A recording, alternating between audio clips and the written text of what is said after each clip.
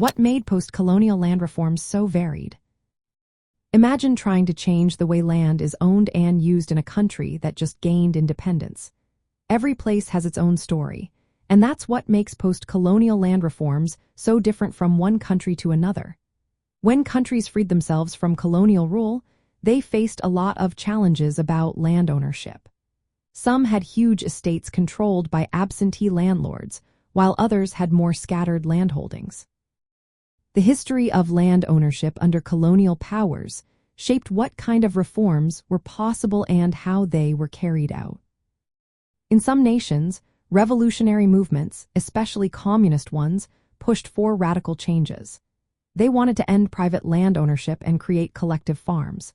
Countries like China, Vietnam, and Cuba took these ideas seriously. They abolished landlordism and aimed to build a society where land was shared equally. But these big changes sometimes caused problems. For example, in China and the Soviet Union, collectivization led to food shortages and famines. Later, some countries adjusted their policies to allow small family farms again, trying to find a better balance.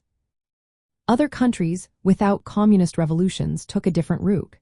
They made smaller, more gradual reforms, redistributing land without ending private ownership. These reforms aimed to stabilize rural areas and prevent unrest. For instance, Japan, South Korea, and Taiwan redistributed land to small farmers, but they kept private ownership intact. This approach often helped create a class of small landowners and kept the economy moving smoothly. The goals behind land reforms also played a big role. Some aimed to cut rural poverty and reduce inequality, especially in countries with strong communist influences. Others wanted to prevent communist movements from gaining ground by giving peasants a stake in land ownership. During the Cold War, land reform became a tool in the fight between capitalism and communism. The United States supported reforms in some countries to keep them from turning communist, while communist groups used land reform to rally rural support and overthrow colonial systems.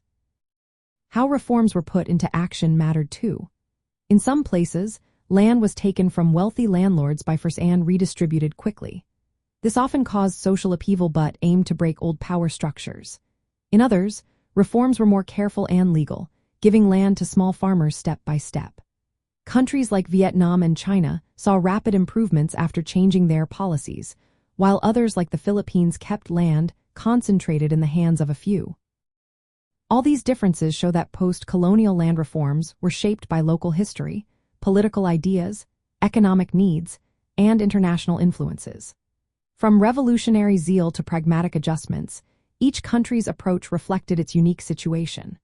For communist movements, land reform was a way to fight imperialism and feudalism, but applying these ideas in different places meant facing many challenges and making compromises along the way.